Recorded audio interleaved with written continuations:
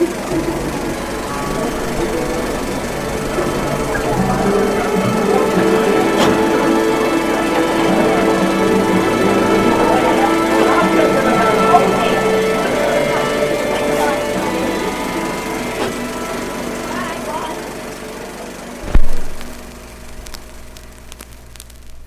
and welcome to episode 3 of Repertory Screenings. I'm your host, Em, and with me are my regular co-host, Jackson. Hello. And Destiny. Howdy. And we're here to talk about a movie, once again. That's what we do here. That's what we do here. This week, I almost said month, but this is a bi-weekly podcast. We're here to talk about All the President's Men. Every single one of them. Yep. They couldn't put Humpty Dumpty back together again. Jackson, you spoke up first, so please tell me about All the President's Men. All the President's Men is a movie from 1976, I believe. Yes. About the Watergate scandal, specifically based on a book written by the people who are the characters in the movie, Bernstein and Woodward, Bob Woodward, and something Bernstein. Carl Bernstein. Carl Bernstein. And it is about their investigation into the Watergate scandal. It is directed by... I know who it is. Did not have this pulled up. Didn't have it pulled up. Alan J. Pakula. Okay, I was like, is it Pakula? Is it Pakula? I'm going to embarrass myself. Pakula. So I had to go. That was what that was, yes. Directed by Alan J. Pakula, who has directed other known paranoid political movies, including The Parallax View and Clute, which I haven't seen, but I have seen The Parallax View, and that's very good. And this came out in 1976, and it is a beloved movie and a true story that everyone knows about Watergate. And me and Em hadn't seen it until now, somehow. Was filling in a big gap for us. Screenplay by William Goldman, worth noting. Yes, that is the other important credit here. But yeah, no, this is one of those, like, all of the big famous movies that was put on the to-do list and never gotten around to. I have a lot of 70s gaps also, just specifically. Mm-hmm. And so, like, at the time of my life, I was watching a lot of movies, a journalistic / political thriller about the Nixon administration seemed like the worst use of my time, because when you're in your 20s, you're a dumbass. I was going through my early Letterboxd reviews today. Can confirm. Jackson currently in their 20s, but not a dumbass. This is my decree. I know, but I was when I was 18.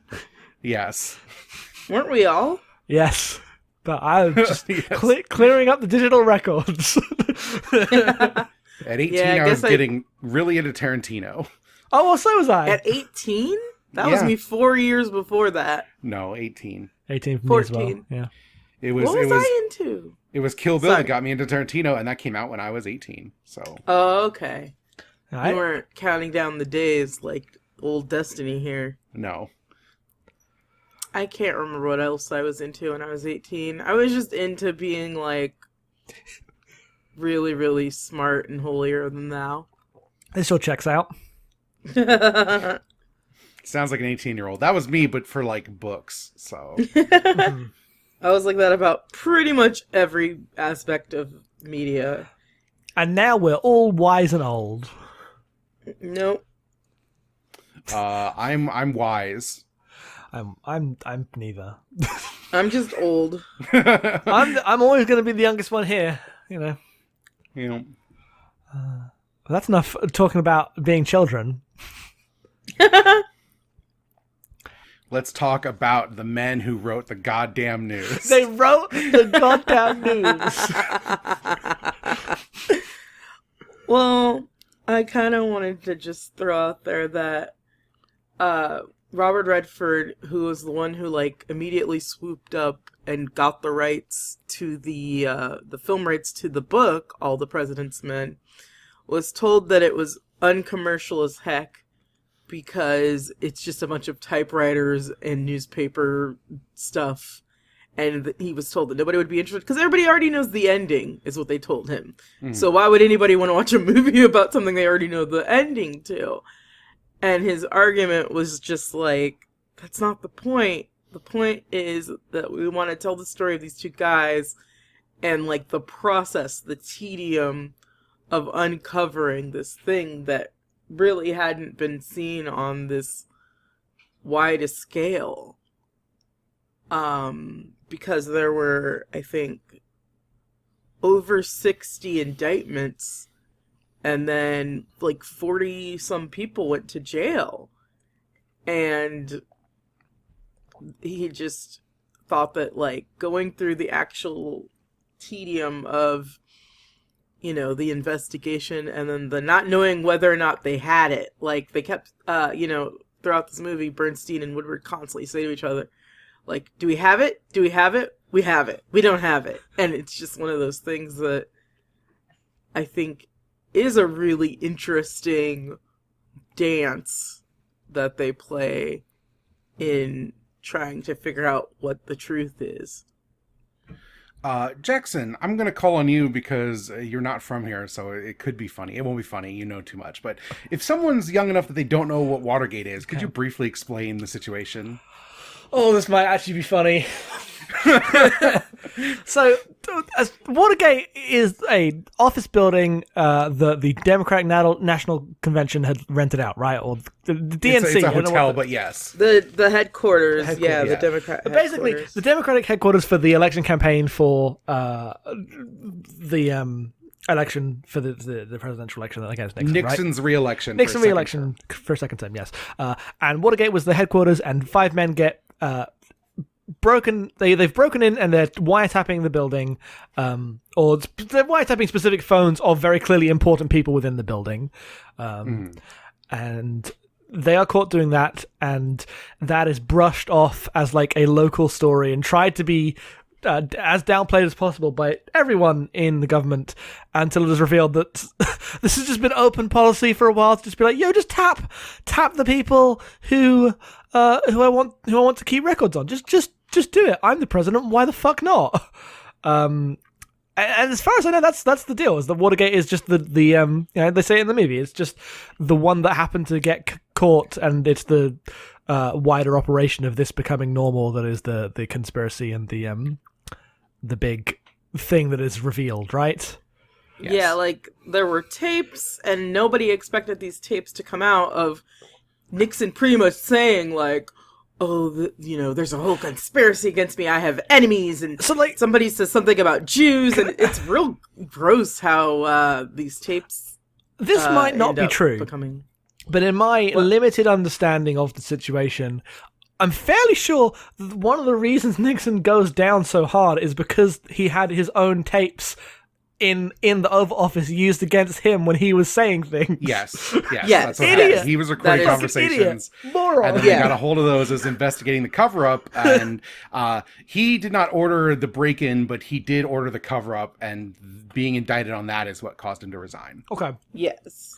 And then I'm pretty sure Ford pardoned him, and then it was all kind of brushed away, but he basically disappeared from public and powerful life forever. I do know about the magnanimous the first thing we will do is pardon Nixon move. What the thing that blows my mind, just to go and we don't want to get too in the weeds about the history and the context specifically, but I watched a little bit of the All the President's Men Revisited documentary that Robert Redford put together in 2013.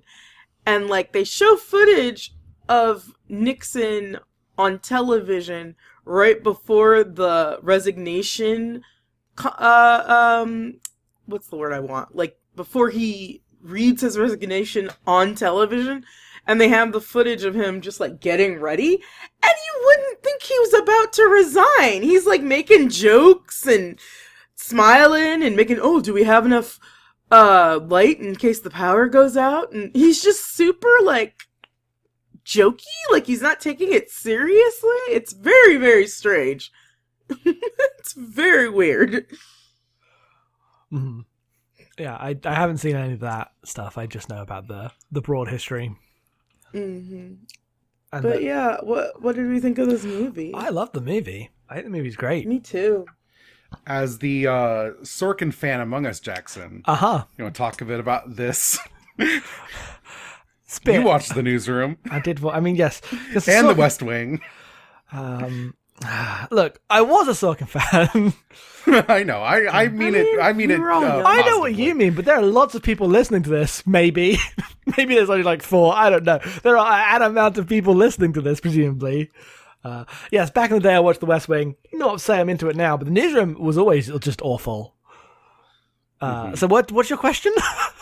Oh, just watching this in, like, if Sorkin could write any of this, he would shit himself and die in, in spiritual revelation that he was this skilled, finally. Yeah, it's very funny because there's actually, like, not that much thematic difference between, like, this being true gives it a weight that allows it to get away with it, but there's really not that much thematic difference between this and what, like, The Newsroom is and everyone hates about it, of, yes, journalists are truly crusading the truth of America and keeping the politicians in check. Like I said, they only get away with it because in this one very explicit case, that is what happened, never again in history. But I mean, there's a myth making in this country of what journalism means. Like, sorry, you were gonna go on about Sorkin. Go on. Oh yeah, we'll get back to that, because I was just gonna say that, like, the thematically there's not actually that much difference, right? They are doing the goddamn news while all the television is so dumb and shallow, but these men will do the damn news, and it's very funny, because the main difference is that it's, like, well written. And, like, not the most inept thing ever made by human hands. And incredibly well acted. Yeah.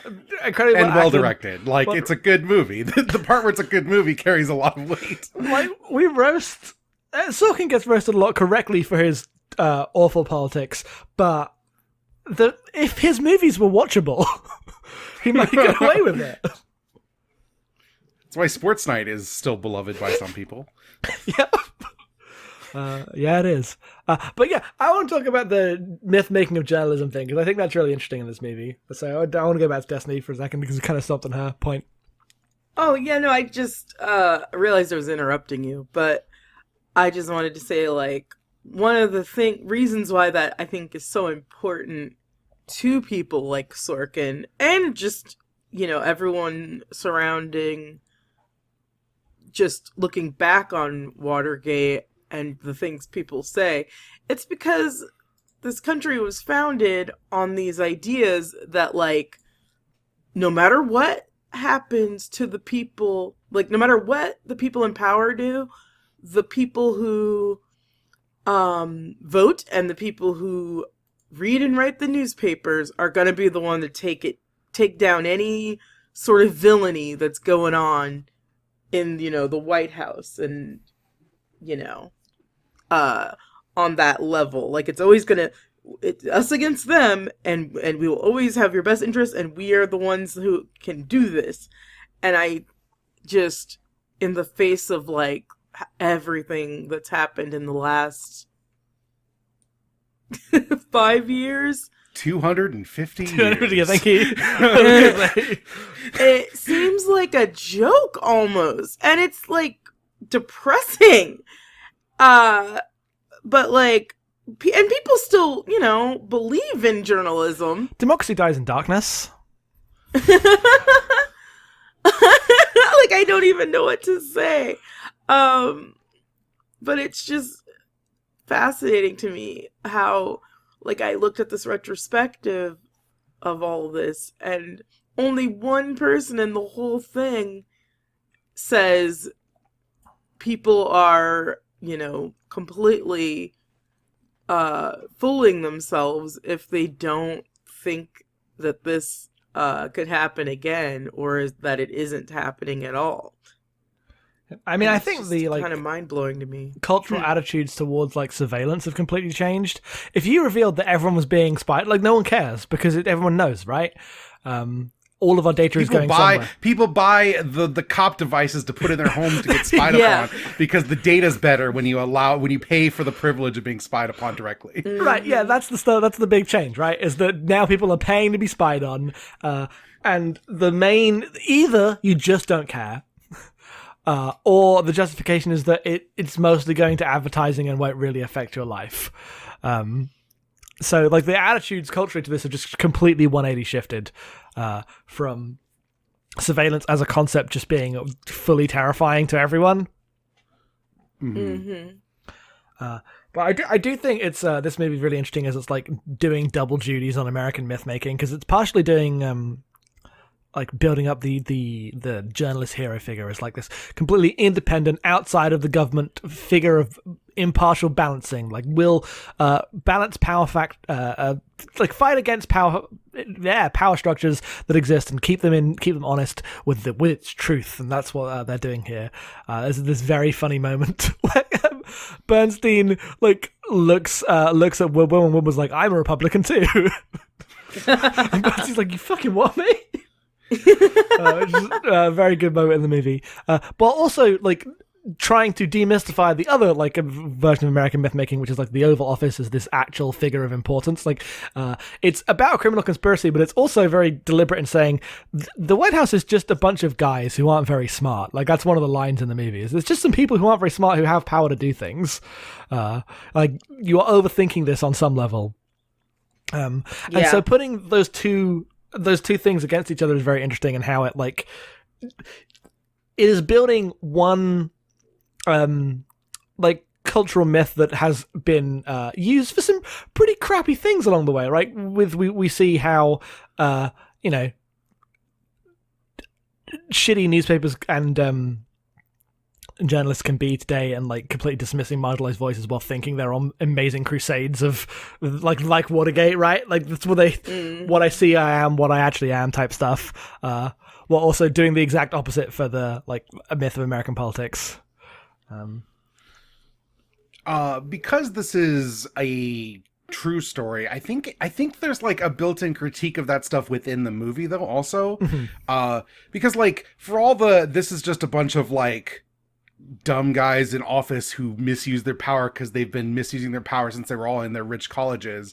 It does also reveal like the extent to which like the surveillance state military industrial complex has just infected everything. Yes. Like when they realize that it's not just like five guys, that it's just the status quo of like the Washington intelligence community, and everyone's just low level agreed to this being the norm now. It like reveals a much bigger, more insidious problem because it doesn't have a head. Like you can remove Nixon, the machine's still in place. Exactly. The machine hums on today and has hummed on for a long time now. Yeah. That's why I think the ending of the movie is so effective. Because like, since like in the context of 1976, you're not that far removed from it actually, like everyone has just gotten arrested and, you know, serving their time when this movie's out. And like it's I'm sorry, I lost my train of thought. Well, okay, so I had a couple other things. Also, like the military-industrial complex as a concept, like was popularized in Eisenhower's speech when he was leaving the presidency, where he warned the American public against like this endless war machine. This is a byproduct of like the intelligence machine is part of the war machine, because we didn't used to ride tanks down American streets. We just quietly surveilled everyone. Now we do both. Yep. But also, the thing about the newspapers is like the whole reason that the movie has like why Bernstein and Woodward were able to do anything is because they were too young to realize that this was like a dead story to stop following. Like everyone in the newspaper office falls off of it in like week 3, and they go for like another year doing this investigation, because it's a newspaper, it's a business, it's part of this churn and machine where you have to have something new every day. Like the scenes in which all of the men in like actual fitted suits sit around and debate who gets what column pages this time. And Ben Bradley is like, let the kids do the thing. Maybe we'll get something out of it. Are some of the best scenes in the movie because it flies in the face of this sort of like the good news, like the actual investigative news happens almost despite the efforts of a newspaper to be a business. Also, and those two things just exist together. Also, like when you look at this in history, 40 years on, you see the cynical view is like the right one, right? They did get an incredible story that boosted not only their newspaper, but the like reputation of newspapers and the entire profession for generations. Well, yes, they got to write a book that was bought by Robert Redford and turned into a popular movie that is now famous. And ultimately didn't actually change in any way the system with which they make their money or continue to do their business, right? Nothing about this like actually changed in any material way other than the people in charge of it at that moment lost their jobs. And because one of the things I really liked about the movie as a whole is that because it's a true story, it can't rely on like the regular like fear of death that a lot of these paradigm movies have. Like the Parallax View is a lot of like, oh, is it someone could be assassinated at any time in case they say the wrong thing, and this movie can't have that, right? Because it has to be more specific about the actual way power is like articulated on people's lives. Yes. The scene where Robert Redford like gets spooked and runs down the street to panic and then turns around and there's just nobody there. There's nobody there. There's no system for this. There's no system for this. It's like it's that, and it's all the stuff early on with the terrified secretaries, and these journalists are going in and they are like actively ruining their lives and putting them in danger. Like it's not shown that they're going to be like assassinated, right? That's not how the world works. What will happen is they might lose their jobs, they might lose their livelihoods, they might like the axes of power that operate on people are not hidden guns. They are in front of us and how we interact with the world. And so all the stuff you go.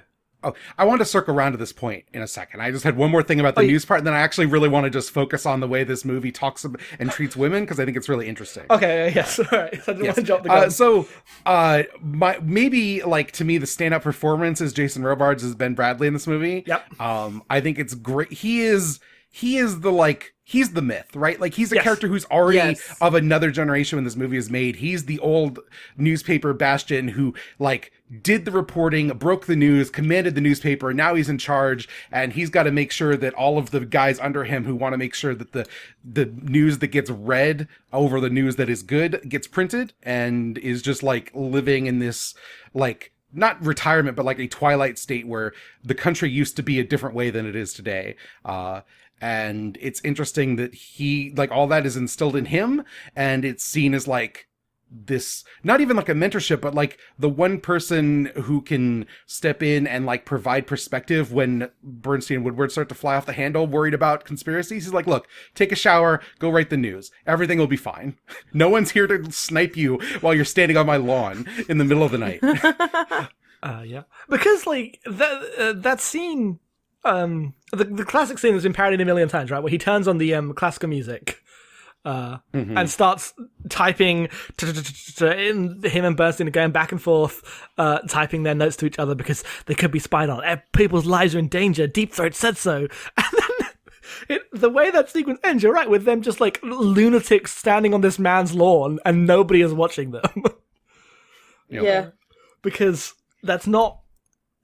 They're not actually threats to this system, as has been borne out by, like, this movie plays straight, right? Like, I think, maybe the people making it thought it was, like, a very straight, heroic story. But I do agree that, like, it does have enough self-awareness that it still reads strong when you look at it with a critical mindset of how history actually went. Mm. Well, yeah, that's kind of what I was getting at about the ending. It just sort of, like, it just lays out the facts. And you don't really get a sense that, like, all right, justice is served, we're done here, boys. Like, that's not really the vibe. And I think it's really interesting how they use, like, there's never an actor playing Nixon. Mm-hmm. There's just always news footage, because it's just, like, fresh, and easy to get. I don't know, I think that's all very, like, well done. It proves a point without being overt. Mm-hmm. I also like that in that ending, it is a montage of headlines that take an entire year. Like, they start on the inauguration, and Nixon resigns in August of 1974, like a year and a half, over a year and a half later. And compressing the part of, like, they just kept doing the same cycle of, like, pounding a beat and writing the story over and over again for another year and a half, almost 2 years, to get to where this was headed. Because the book covers all that, and this is an adaptation of just, like, the first half of the book. and I like in which like there's no like state where like they high five and say we did it. Like the end of the movie is them sitting down during the inauguration as the 21 gun salute goes off, and underneath that and rising up is just the sound of typewriters that fills the entire like soundscape. Because that's like just the rapport of them catching up with the big cannons is very good. It's very good, yeah. Especially with like how I've completely lost my train of thought. I had something and then it just disappeared. I keep doing that today too. Sorry. That's okay. Do you want to circle around to the secretaries? Because I think this is all worth talking about. This stuff's excellent because I like it in how these are like the heroic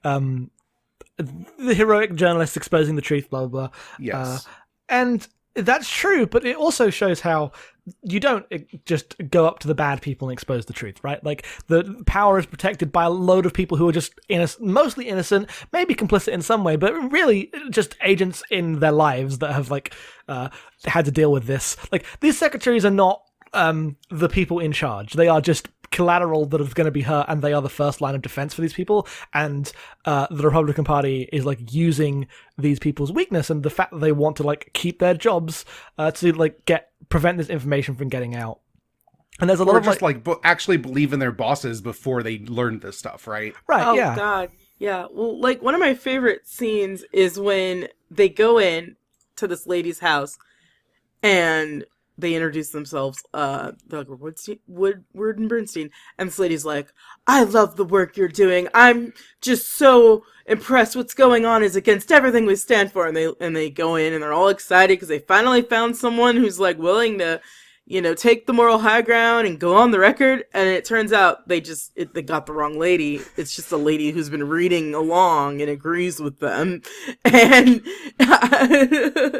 I think, like, yeah, like the fact that that's not handed to them, that they have to deal with like these a lot of scared women who were like, I just wanted to work for this thing I believed in. Mm-hmm. And now look where, you know, I'm at the point now where I can't, hold on, somebody's knocking on my door. It's the fucking feds. They've come for you. All right, what were you talking about? Do you remember? Or was it about the scared women? Yeah, it was about the. I don't remember exactly where we left off, but I like how completely ill-defined the threats are. Right, like these women are scared, but it's not. It's in fact usually made clear that no one has ever threatened anyone explicitly. All of this is implicit. These women are scared because they know there will be repercussions, but they don't know what they are. No one knows what they are. And so the negotiation of like power between the journalists, as they're like trying to get like even like hint of information out of any of their sources, and how terrified they are along every axis to ever let anything out to them, is really good. I mean, but people were getting intimidated because there's some scenes early on where they would talk to people and then the people would change their stories immediately. Oh, yeah. But there was never... No one was ever, like, show... They don't show what happened to them, right? They just say someone got no one's going around threatening to break kneecaps, right? Right. We don't know what that means. But, like, it's implied, though. Because it's... I don't think why would that... I think it's implied that they're like, oh, make sure, you know, we want to keep everything happy here in the, you know, the creep office. We want to make sure that everything, you know, one big happy corporate family. So if the press come around, don't say shit. Yeah, like it's much more of a soft power thing than like a explicit. Oh, if you talk to anyone, you're going to get fired, and they'll come after us, and it'll all be bad. Yeah, I think the movie is like about the softness of the power, right? Because in the journalists, like they're always like, "Hey, we love you. We're very nice to you. We'll always protect our sources and everything." And the sources are obviously, you're full of shit. You just want your story. Please leave me alone. Oh God. And so I assume it's the same on the other end of like, you don't need, when you are like literally the US government performing a criminal conspiracy, you don't need to go out to people and be like, this is what happens if you betray us. Like, people know when you're like, hey, just make sure no one, just try not to talk to everyone. We're all the family here, right? Like, I mean, like, yeah, these are people who like you probably worked with for years, who you like exchange Christmas cards with, right? Yeah. Like you go to company picnics. That sort of shit. Like there's a built-in ability to abuse that power there. But there's also just like, I guess it's just paranoia. Like that's there. just the way that they kind of get the two journalists get the runaround quite a bit, where like they call a librarian to get some records, and she's totally cool with it until 5 minutes later, and then she's like, "I never talked to him," and it's like, I don't know, the paranoia is just done very well. That one specifically was very funny to me because it played as like all that actually happened to me. I don't know, there was no confirmation of this, but in my head, he calls her up and she's like, "Oh yeah, this guy. Well, let me go check on the thing for this guy." And then she like looks around for the thing, and there's probably someone else in the office doing like the big like cutting a neck gesture. Like, what are you doing? Hang up. What are you doing? Yeah. Like, I feel like that's all that happened to her, and she was like, "Oh God, oh shit, no, goodbye," and then hung up on them. And I believe none of those people probably knew how high up it went, like at that level. Like a lot of the people in the committee and stuff. Like, there's only a few people that know, like, oh, Haldeman got, this cut, and Coulson got this cut, and so I assume, like, yeah, they're just protecting each other versus trying to protect the higher up guys. And obviously, like, that changes as they get deeper into the investigation. But, I don't know, I think it's pretty telling that, like, we literally never know the identity of Deep Throat until, what, 2012? 2005. Yeah, 2005. Oh, 2005. Okay, Yeah. so yeah, like, I don't know, there's like a lot of huge sort of implications there, but It's great, I don't folks. know.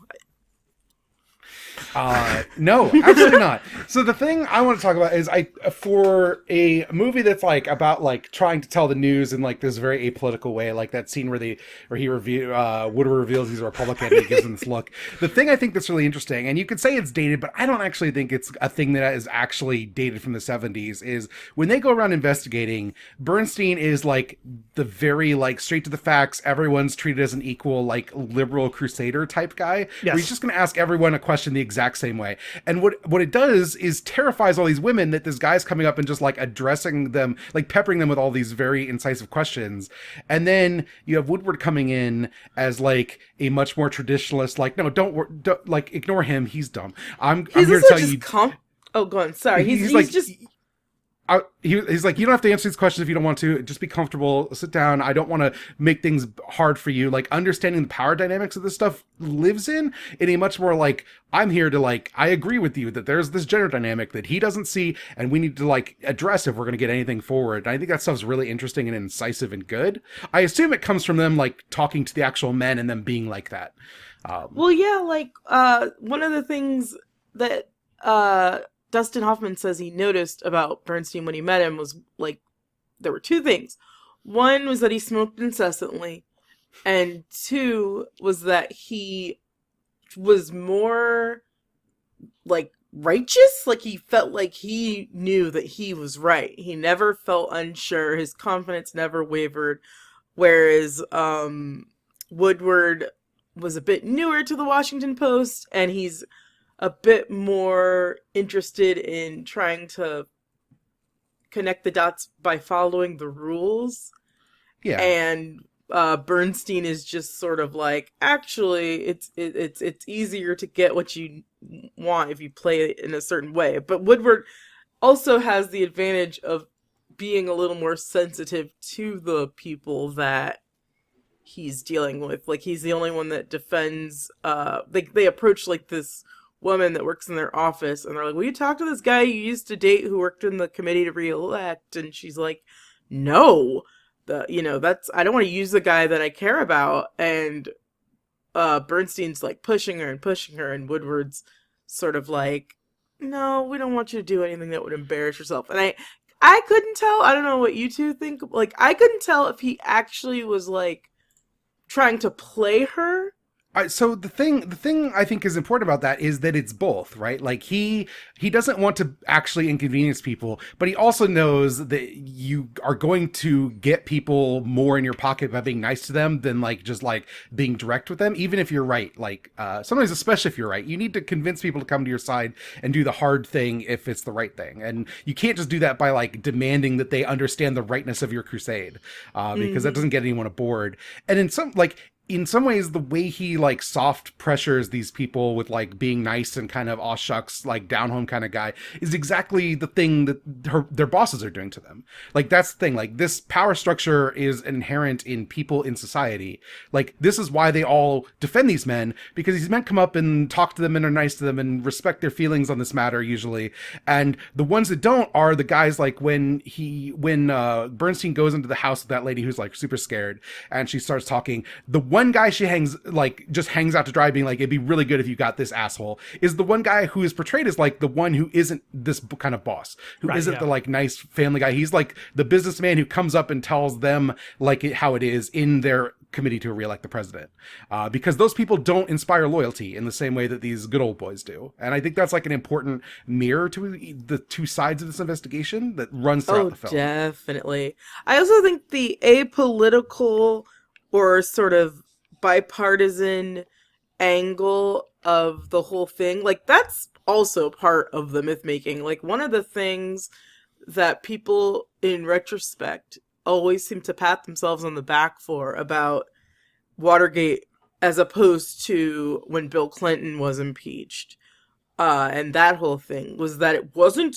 a one-sided attack by a political party. It was both sides seeing the corruption and wanting to, but like, those judges that unanimously voted Nixon out, some of them were judges that Nixon had picked himself, and like they really like to pat themselves on the back for this.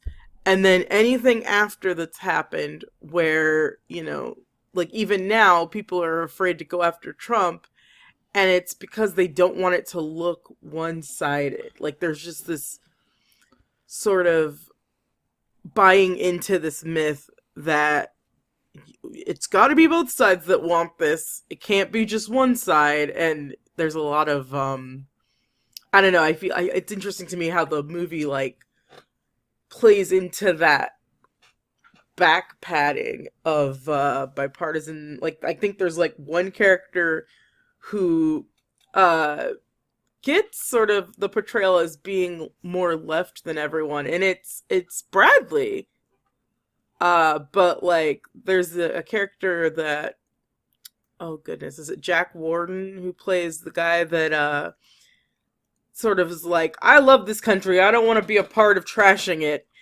And then when the news breaks and these guys have to cover their footsteps, cover their asses publicly, they're all just like, well, the Washington Post is owned by that Bradley, and he was never a fan of Nixon. Well, the thing that's important there is like, I assume that's real news footage because all the TV stuff otherwise Yes, is as yes, well. yes. And like the Washington Post is a left-leaning paper. Like what that might mean in 2019 is a very different thing, obviously. But like it's true. Like this is a liberal paper attacking a Republican president, and that stuff is acknowledged within the movie by all the newspaper men, realizing when they're just going to keep following this, like going, oh, this could bring trouble to the paper, because you're just like beating a dead horse over what they thought was a non-story, right? Like this stuff is very easy to look like it is incredibly partisan. And after the fact, everyone might say, oh, we knew it was bad and we all agreed together and it was a great moment for the country. But until all of those proceedings happened, everyone was lining up along party lines here. It's just, it's definitely not like played that way. So it's just interesting to me. It's very, very interesting. Another like kind of fun fact is that Redford and Hoffman learned each other's lines because they wanted the characters to feel as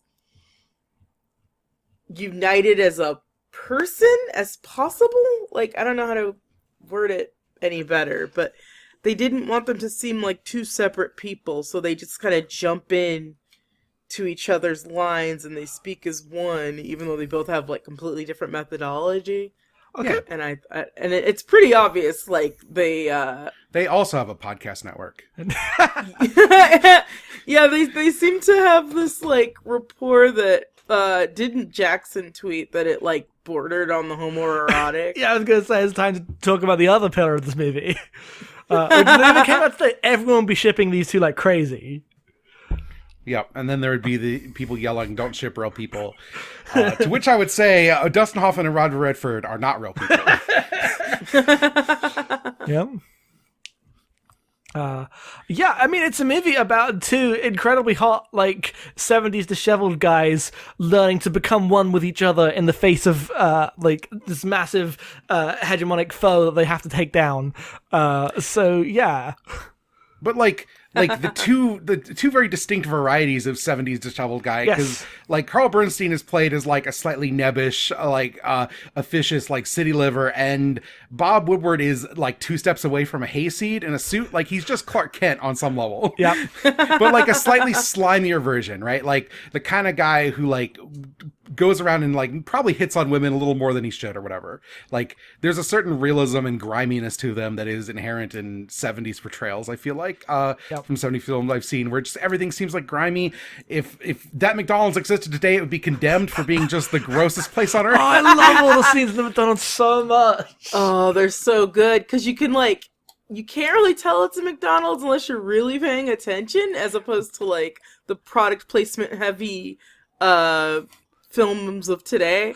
But it's also like, I don't know, it's just such a great and it also like evokes a McDonald's without feeling like McDonald's today. Like there's like a prototype of McDonald's that was McDonald's of the 70s, because the 80s came and cleaned everything up and made it all very impersonal and gross in a spiritual way, not in a physical way. It also seems like cool that these guys that have a buttload of bookshelves and they're very intelligent men and seem to have classical music just, you know, around and seem very intellectual, just break down all of their case at a McDonald's over a burger and fries. Mm-hmm.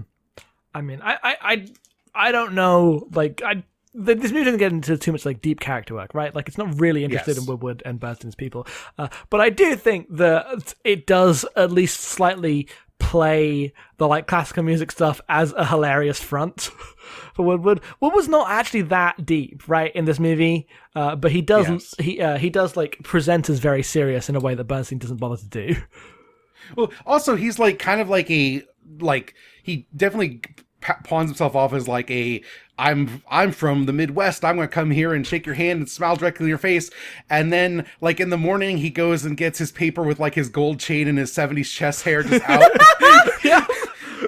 He's kind of a basic bitch. Like, he's very, like, he's trendy, he's Midwestern, he's only worked at the paper 9 months, where it was Bernstein's, like, he's the city, you know, he's been doing this since he was 16. But Bernstein's also so convinced that he's right that he has no friends, right? Like, he's been here forever, but he's on the same level as Woodward, and they just kind of throw them two together because they're the two people nobody cares about. Well, they said themselves, in the documentary I watched, like, the only reason they got that story was because nobody else was in the office that day. The burglary story was theirs because nobody else was around to do it. So it's like, oh, okay, we're the low end of the totem pole here. Yeah, there's that hilarious scene early on where they're trying to get the names from that girl, and then Wood was like, "No, we can't do this, Bernstein. We have to respect women." And then she just, as a reward for his women respecting, she just does it anyway. She just does the thing they were trying to convince her to do anyway. Because is that the woman at the post where they asked her to spy on the guy she used to date. Yep. Which is a very good scene. There's so many good actresses just tearfully hand-wringing in this film. The woman that eventually calls out, I can't remember which guy she calls out, McGritter? I think so. Oh, that I don't remember that actress's name, but I could just watch her make faces all day. She was very good. The bit where once he knows he's been got, he's like, all right, you can have it, but you just don't print that I was in her apartment, please. I have a wife, a kid, and a dog, and a cat.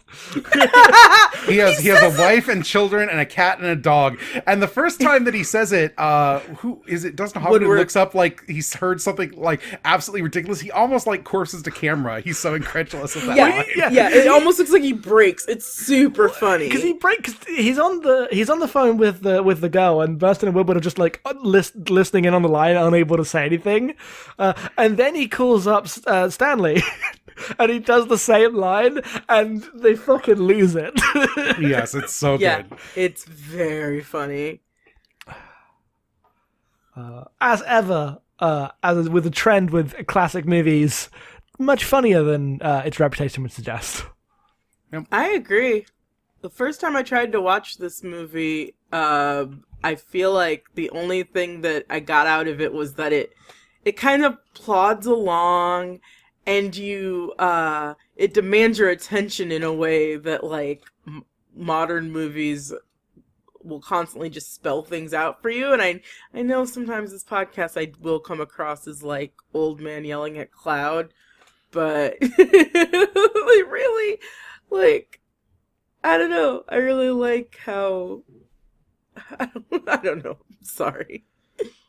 No, that's okay. Is there anything else? Because I don't know. I think that was a good talk on the movie. Okay, one last thing before we go. Questions? No, not that. Two before last we get to questions. Yes. Robert Redford or Dustin Hoffman? You have to pick one. Dustin Hoffman.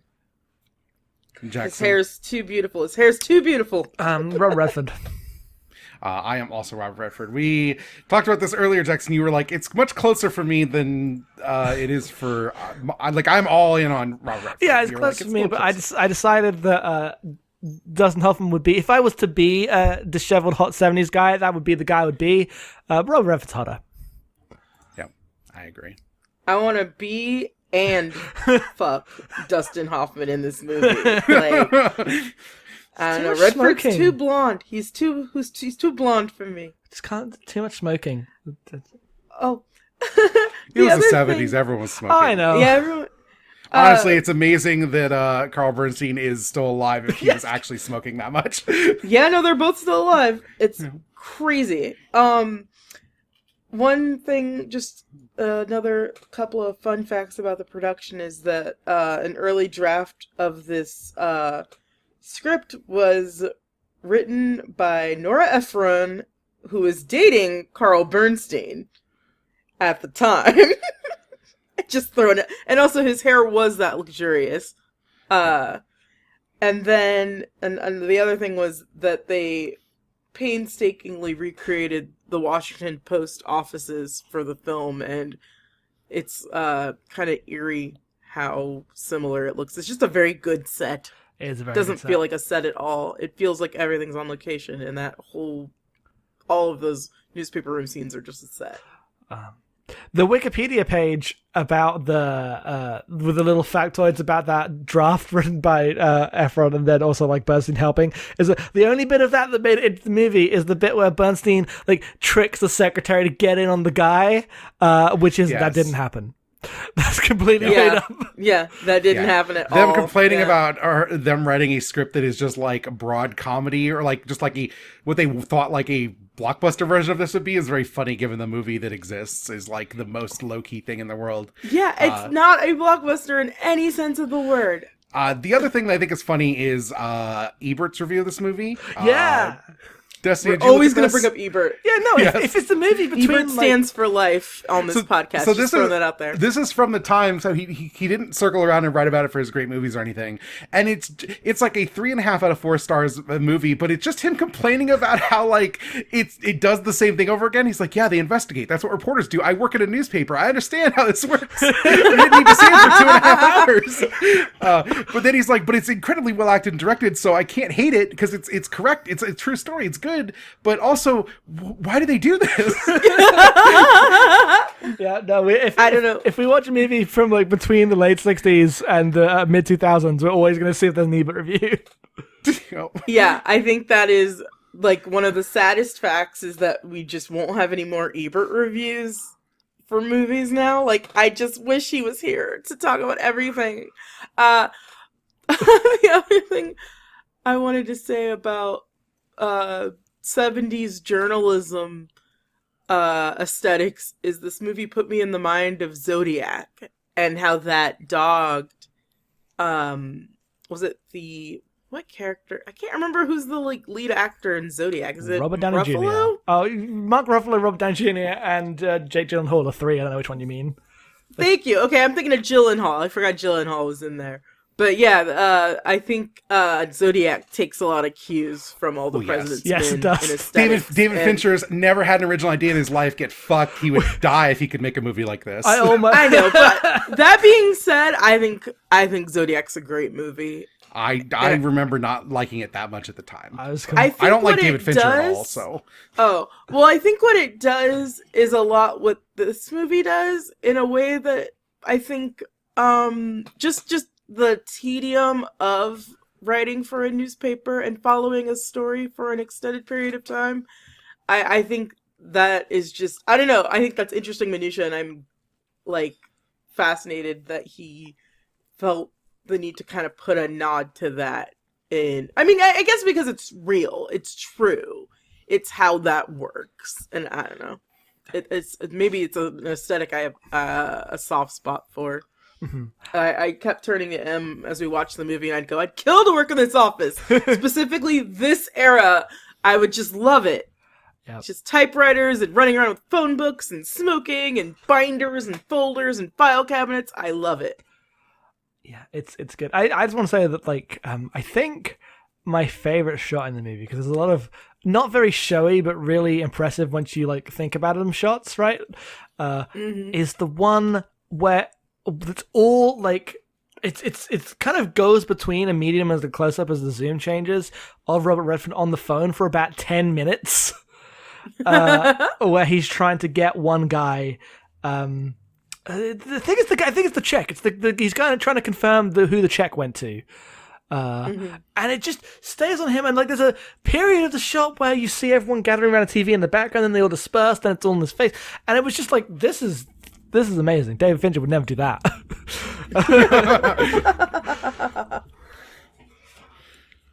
All right, I think that's it. So let's get into questions. Yeah. Do we have any? If you want to send us questions, you can send them to podcast@rollmapping.com about any movie, not just these ones, but these are the questions we've got. We've got one from Tron. Helpfully organize the questions into bullet points. Please, if you have multiple questions, do that. It's so much nicer. And Tron asked specifically, how do you feel about the scoring, the sparse scoring in the movie? Because I know Destiny talked about it when we were watching it. I love it. It's so unassuming. It feels like it belongs in a different movie. It's very like whistling and throwing a stone, like a skipping stone. Like, it's very like folksy and low key in a way that like the movie isn't at all. And in the sense of like, you know, it's about this big suspenseful thing. But the music is taking its sweet time. It's gonna take a walk. It's gonna stop and tie its shoe. Yeah, it's very good. I love it. And then the other question, Tron, that I don't think we've really covered here is about, do you think like the depiction specifically of Sally Aiken, who's the woman who works in the Washington Post office, they get to ask her boyfriend for a list of names or whatever. Do you think the movie's like aware of how much it is about the undervaluing of women's work in these spaces in this time, or do you think it just replicates the reality of that? I think it's a bit of both. I thought it was very interesting, and this is kind of it's tangential, but like, okay, so there's that scene where they go into the White House library, right, to see if they can get the records, and the line that one of them says is that like, we're not gonna get we need a sympathetic face, and it immediately cuts to a black man who's like, here you go. Here are the records. It sure does. So I think, I don't know, on some level, I think the movie knows that this is like, just there are a lot of marginalized people. Uh, I mean, they can't not have it on their minds that, like, culture is at this tumultuous point with women's rights and racial equality. So I think there's an undercurrent of that going on, and I would like to believe it's intentional, but I don't, I don't know for sure. All the President's Men is realist literature. Yep. Thank you to Camille for that bit that we're going to pull out every time we see anything with like interrogations of how power structures work. But also, like, did they mean to do this, or did they just describe a thing? Who can say? Who can say? Our friend Allison sends in an email. This movie is so good. Robert Redford, call me. I would fight Allison for Robert Redford's attention, but I think Allison could take me. We'll not be passing on Allison's number. You have to do it yourself. Sorry. Yeah. Oh, one of the if you want to learn more about Robert Redford, check out Inside Daisy Clover, with Natalie Wood. He's just woo. And we have one more question from D, which is, they watched this movie in 9th grade because their journalism teacher made them watch it. And they were like, my classmates found an unbearably dull while I was hooked, which should have tipped me off that I was a stuffy little nerd. And their question was, do you have any movies that are kind of boring, and how would you pitch them to other people? I feel like half the movies I like are technically really boring. Yeah, like, I don't know what I would say specifically. My answer is that I don't really pitch a lot of movies to people who I don't, I know that you're into movies first, right? Like, I'm not out here blindly pitching stuff. What I tell people is I just use a lot of cliches. I'm like, it's a slow burn, but the payoff's real good, or it's a nice examination of XYZ, and it's a bit slow moving, but it'll really, show you what this subject is. It's a great examination. Like I can be a salesman. Yeah, I don't have a really good specific example for this, but I do have my example of a film I watched. Was made to watch because it was appropriate to the subject at school and everyone hated, but I thought was amazing, which is when our music class showed Amadeus. People don't like Amadeus. There's so much to love in Amadeus. They thought it was boring. It goes like, it's hilarious. Goes. That's interesting. Yeah. That is interesting. I was always the kid that liked old movies when I was really, really young. So, like, trying to get my friends to watch anything in black and white was always really hard, and I don't know, I wish I had more specific examples, but, like, I have a friend to this day who won't watch black and white movies, and I think she's a Philistine. I've just always been stuffy and nerdy. That's fair. What's the one boring movie you think everyone else think was boring that you like? Oh,